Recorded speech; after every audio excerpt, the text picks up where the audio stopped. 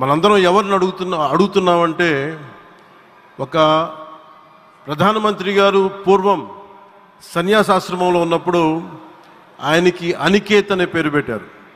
అనికేత్ అంటే అర్థం పరమశివుడు, ఇల్లు లేనివాడని.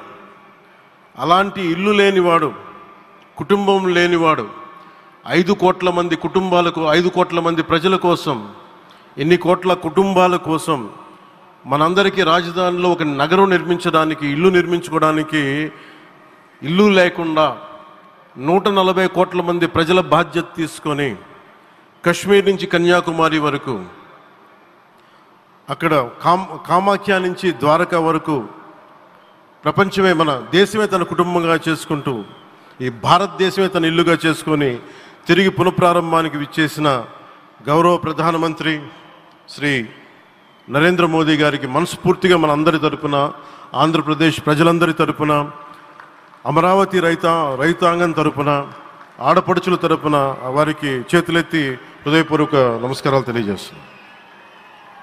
దివిసీమ తుఫాన్ వచ్చి అందరి ఆశలను తుడిచిపెట్టేసినట్టు గత ప్రభుత్వం రాష్ట్రం మరియు అమరావతి భవిష్యత్తుని తుడిచిపెట్టేసింది.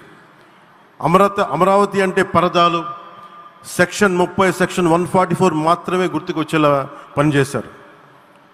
నువ్వు ధర్మం కోసం నిలబడితే ధర్మం నువ్వు నిలబడేలా చేస్తుంది అనే విధంగా ఆ రోజున అమరావతి రైతులు, రాష్ట్ర ప్రజలు ఈ ధర్మ యుద్ధంలో విజయం సాధించారు.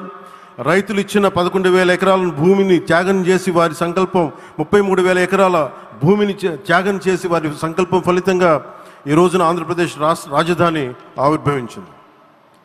అమరావతి రాజధాని పనులు పునఃప్రారంభమవుతున్న ఈ శుభ సందర్భంలో ముందుగా రాజధాని నిర్మాణం కోసం స్వచ్ఛందంగా ముందుకొచ్చి తమ భూముల్ని, పొలాల్ని ప్రభుత్వానికి ఇచ్చిన అమరావతి ప్రాంత రైతులకు, మీ త్యాగానికి, గత 5 ఏళ్లుగా మీరు చేసిన పోరాటానికి శిరస్సు వంచి మీకు ధన్యవాదాలు తెలియజేస్తున్నాను.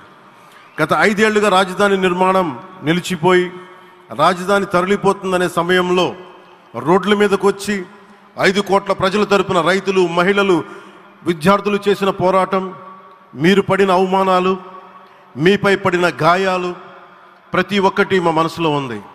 ఆ రోజున దివ్యాంగులను కూడా లాఠీ దెబ్బలు నా గుండెలు ఇంకా సజీవంగా ఉన్నాయి. ఆ బాధ మేము మర్చిపోలేదు, ఎవరిని మర్చిపోనివ్వలేదు. అందుకని దానికి సజీవ సాక్షి ఈ రోజున తిరిగి పునఃప్రారంభానికి గౌరవ ప్రధానమంత్రి గారు రాక, ఆ రోజున మహిళలు, విద్యార్థులు చేసిన పోరాటం